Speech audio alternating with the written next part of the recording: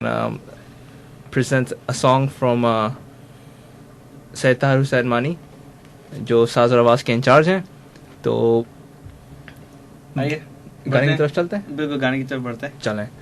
تو ابھی آپ لوگ گانا سنیں گے کون ہے جو سپنوں میں آیا, جو کہ محمد رفیع صاحب کی طرف سے محمد رفیع صاحب کا ہے, اور یہ گا رہے ہیں سید طاہر حسین مانی.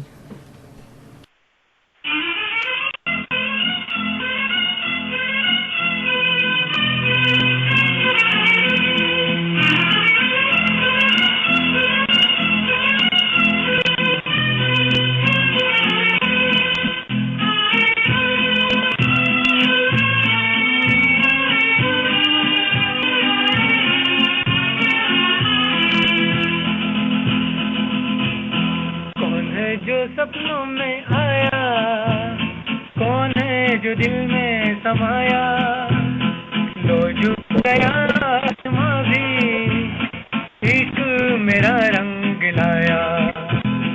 کون ہے جو سپنوں میں آیا کون ہے جو دل میں سمایا, لو جھک گیا آسماں بھی عشق میرا رنگ لایا.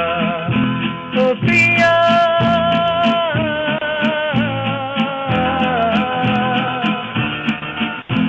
او پریا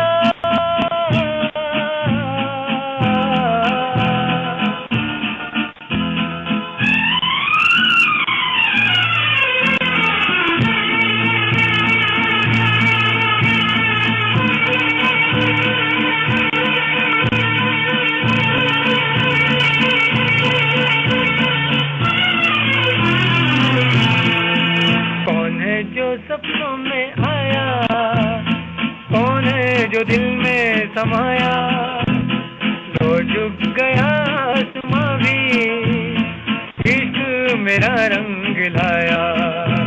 او پریا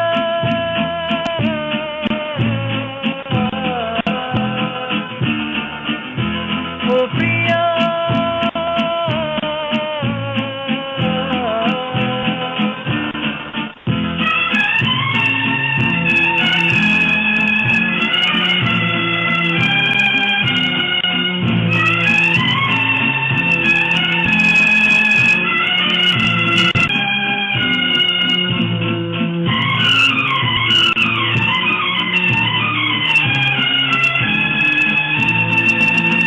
گئی آج ساری دشائیں, کھل گئی آج جنت کی راہیں, سج گئی آج ساری دشائیں, کھل گئی آج جنت کی راہیں. حسن جب سے میرا ہو گیا ہے مجھ پہ پڑتی ہے سب کی نگاہیں, مجھ پہ پڑتی ہے سب کی نگاہیں. کون ہے جو سپنوں میں آیا کون ہے جو دل میں سمایا, لو جھک گیا آسماں بھی عشق میرا رنگ لایا. او پریا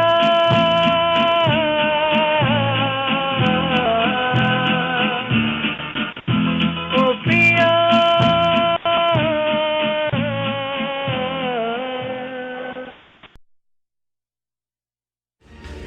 لاسٹ ایئر بھی جو پاکستان میں جو جرنلسٹ مارے گئے ہیں ان کی تعداد پوری دنیا سے مرنے والوں سے زیادہ ہے. کیا یہ تحفظ آپ کو میسر ہے؟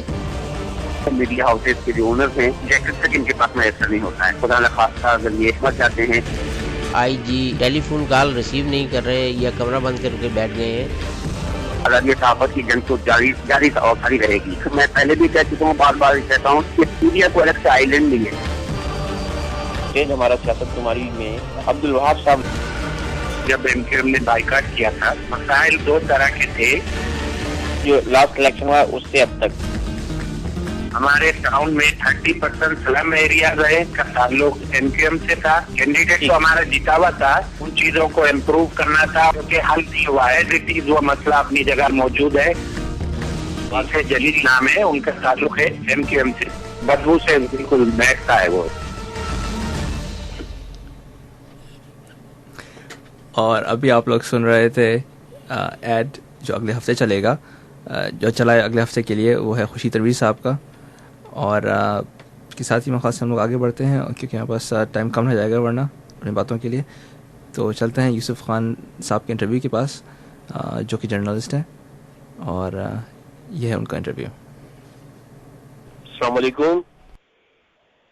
وعلیکم. سامعین، ہمارے ساتھ آج کراچی پاکستان سے تشریف رکھتے ہیں ہمارے آج کے مہمان محمد یوسف خان. ہمارے آج کے ریڈیو پروگرام اسٹیج ہمارا سیاست تمہاری which is broadcast from Overseas Pakistanis Organization based Chicago. یوسف خان صاحب، آپ کے کیسے مزاج ہیں؟ جناب الحمدللہ.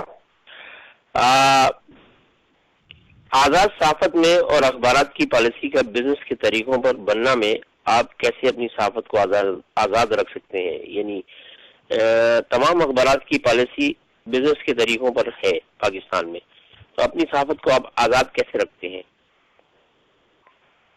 دیکھیے، جب بات میں کروں گا کہ صحافت کو آزاد رکھنا بڑا مشکل کام، اور اس کے لیے پاکستان کے صحافت کی بے پناہ قربانیاں دے رہے ہیں. لیکن آپ نے بہت اچھی بات پوچھی ہے. جو ہے وہ اخبارات کی آزاد پالیسیوں پر اثر انداز ہوتے ہیں. اور میں آپ کو ابھی مثال دوں کہ آصف علی زرداری کے خلاف ہم جو چاہے خبر لکھتے ہیں، جو چاہے مضمون چھاپ دیں، لیکن ایک کسی بینک کے خلاف خبر نہیں چل سکتی. اس کے خلاف مظاہرہ اگر ہو، بھوک ہڑتال کریں، اس کے کارکن کو اس کی خبر نہیں چھاپ سکتے. یہ ہے آزادی صحافت کی اس وقت حقیقی صورتحال.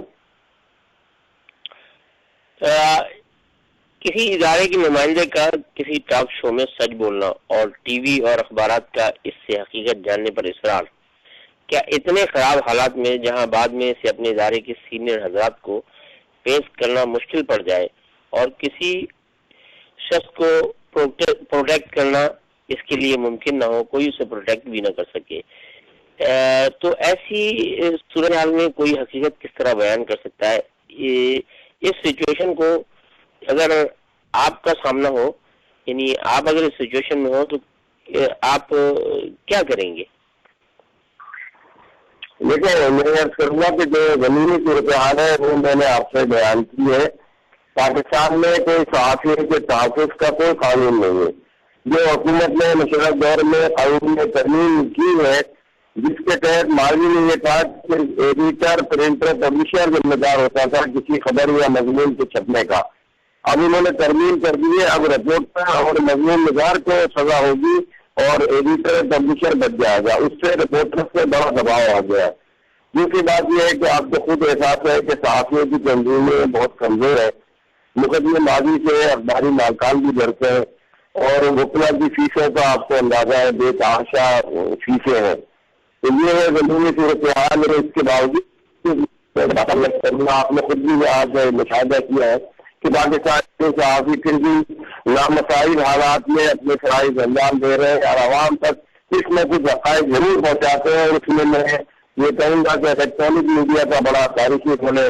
الیکٹرانک میڈیا نے اس میں کافی جو ہے وہ پرنٹ میڈیا کو بھی پیچھے چھوڑ دیا ہے اور اس وقت وہ قوم کی کئی مالوں میں رہنمائی کر رہا ہے. لیکن کئی غیر ذمہ داری بھی ہو جاتی ہے. تو اس کو صحافیوں کے لیڈر اور اخباری مالکان اور ایڈیٹروں کی تنظیم بدقسمتی یہ ہے کہ بات آپ کے پاکستان میں جو مالکان کی تنظیم ہے، اسی تنظیم وہی تنظیم ایڈیٹروں کی تنظیم بھی ہے، کیونکہ سارے جو مالکان ہیں وہ خود ایڈیٹر بن گئے.